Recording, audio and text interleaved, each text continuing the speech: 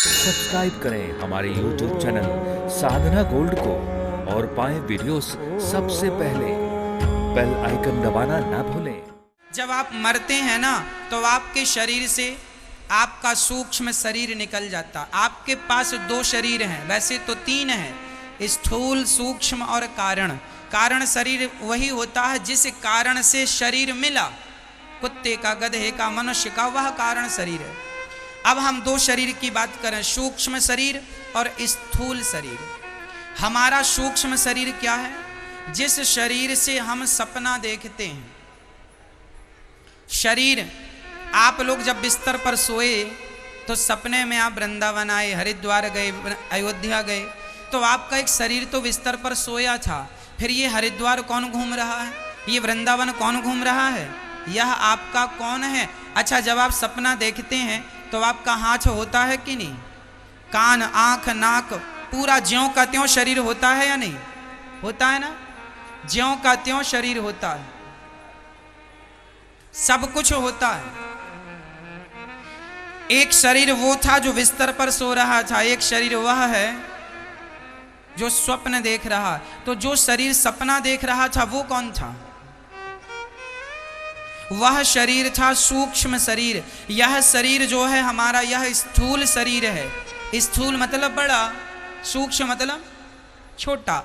ये शरीर जो है स्थूल शरीर है। यह तो पांच तत्वों में मिल जाता है, पर जो सूक्ष्म शरीर होता है वह शरीर इस शरीर को छोड़ देता है। लोग कहते हैं मर गया, मतलब सूक्ष्म शरीर ने स्थूल शरीर को छोड़ दिया और वह सूक्ष्म शरीर से फिर आत्मा निकल जाती है। इस शरीर से आत्मा निकलकर उसी सूक्ष्म शरीर में प्रवेश कर जाती है और सूक्ष्म शरीर और आत्मा दोनों फिर यहाँ से यात्रा प्रारंभ करते हैं। उस प्रोसेस को आप कहते हैं मर गया। मरा नहीं है, अभी तो हिसाब किताब चालू है। क्या हिसाब चालू हो रहा? सुनिएगा। जब सूक्ष्म शरीर निकल जाता है, उसमें आत्मा प्रवेश कर जाती है, तो उसे यमदूत पकड़ कर ले जाते हैं और यमराज के सामने हाजिर करते हैं। यमराज, उनके सामने एक बहुत बड़ी टीवी वहां पर लगी है और वह टीवी पर आपने जन्म से लेके मृत्यु तक जो जो किया है, अच्छा बुरा, पुण्य पाप, सब कुछ उस टीवी पर दिखाई पड़ता है। यमराज भी एक रिकॉर्डिंग अपने पास रखते हैं ना। सॉफ्टवेयर उनका इतना अपडेट है कि आप यहां जो कर रहे हैं वो वहां अपने आप चल रहा है। उनकी टीवी पर वहां दिख रहा है। भाई आजकल है ना, आपके घर में सीसीटीवी कैमरा आपने लगा रखे हैं, लेकिन आप नेट के कारण अपने मोबाइल पर यहां भी देख सकते हैं आप अपने घर को। ये आज की टेक्नोलॉजी है, हाँ या ना? आजकल तो आप देखो वृंदावन में कथा लाइव हो रही है और भारत के बाहर से भी लोग इस कथा को अपने मोबाइल पर देख पा रहे हैं, यूट्यूब के माध्यम से, टीवी के माध्यम से। तो कथा यहां हम बोल यहां रहे हैं और यही बात आप अपने घर पर सुन रहे हैं। ये आज की टेक्नोलॉजी ही तो है, ये आज का विज्ञान ही तो है। यदि आज का इंसान इतना एडवांस है तो विचार करो, जिस परमात्मा ने तुम्हें बनाया है वो ईश्वर कितने एडवांस होंगे। केवल तुम ही सॉफ्टवेयर नहीं बनाते हो, परमात्मा भी बना के रखे हैं पहले से। जो तुमने जन्म से लेके आज तक किया है वो सब टीवी पर चलता है। यमराज जी देखते हैं, अच्छा देखो जी आपने ये पुण्य किया है, देखो ये पाप किया, ये देखो आपका ये आपने गलत किया है। पूरी पिक्चर दिखाते हैं और फिर आपका पुण्य और पाप अलग अलग करते हैं। जैसे चलनी आटा को और चोकर को अलग अलग कर देती है। आप आटा को रोटी बनाने से पहले चालते हैं तो चोकर, उसका कचरा अलग हो जाता है, फ्रेश आटा अलग हो जाता है। उसी प्रकार यमराज ऐसी चलनी वहां लगाए हैं कि तुम्हारे पुण्य अलग हो जाते हैं और पाप अलग हो जाते हैं। और जब पाप और पुण्य अलग हुए तो जिसकी मात्रा ज्यादा हुई पहले उसका ही दंड मिलता है। यदि आपके पाप ज्यादा निकले, माना कि आपके 5 किलो पाप निकले, तो 5 किलो पाप का दंड क्या मिलेगा? 84 लाख योनियों का चक्कर। फिर से आपको क्या करना पड़ेगा? 84 लाख योनियों में जाना पड़ेगा। ये 84 लाख योनियां क्या है? कुत्ते कुत्ता, बिल्ली, गधा, बकरा, बकरी, नाली का कीड़ा, चमगादड़, ये 84 लाख योनियों से आपको गुजरना पड़ेगा। भाई 10वीं क्लास में कोई बच्चा फेल हो जाए तो फिर पाठ 1 लेसन 1 आएगा कि नहीं आएगा? उसी प्रकार तुम फेल हो गए तो फिर 84 का चक्कर लगाओ।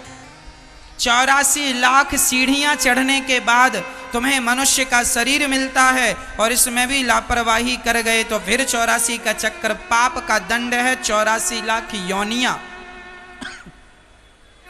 और जब पूरा पाप दंड तुमने भोग लिया तो मरकर तुम फिर यमराज के पास जाओगे। यमराज जी कहेंगे क्यों जी आ गए? हाँ जी आ गए, अब बताओ क्या करें? अब पाप भोग लिए हो तो अब एक काम करो, अब क्या बचा है आपका? पुण्य। तो उस पुण्य के बल पर यमराज जी आपको मनुष्य बनाकर भेज देते हैं। ये जो आप लोग मनुष्य बने बैठे हैं यह आपके पापों का फल नहीं है। एक्चुअली आप सभी लोग अपने पापों का फल भोग कर आ चुके हैं। अब आप ये जो मनुष्य का तन पाए हैं यह आपके पुण्यों का फल है और आपके पुण्य के बल पर मनुष्य का शरीर मिला है। और इतने पुण्य इसलिए तो लिखा है ना, बड़े भाग्य मानुष तन पावा, दुर्लभो मानसो देहो देहि नाम क्षण भंगुरा। बड़े भाग्य से ये शरीर मिलता है और इस शरीर को पाकर भी लापरवाही हुई तो परिणाम बुरा होता है। तो मेरी माँ, तो आप लोगों ने ये जो शरीर पाया है ये पुण्य का प्रसाद है। तो अब ऐसे गलत काम ना करना कि आपको फिर 84 का चक्कर लगाना पड़े। और हम तो आपसे कहते हैं कि अपने पाप पुण्य सब ही भगवान को समर्पित करते चला करो। हे नाथ, जो भी मेरे पाप हैं पुण्य, हे नाथ, मैं अपने आप को आपके चरणों में सौंपता हूं।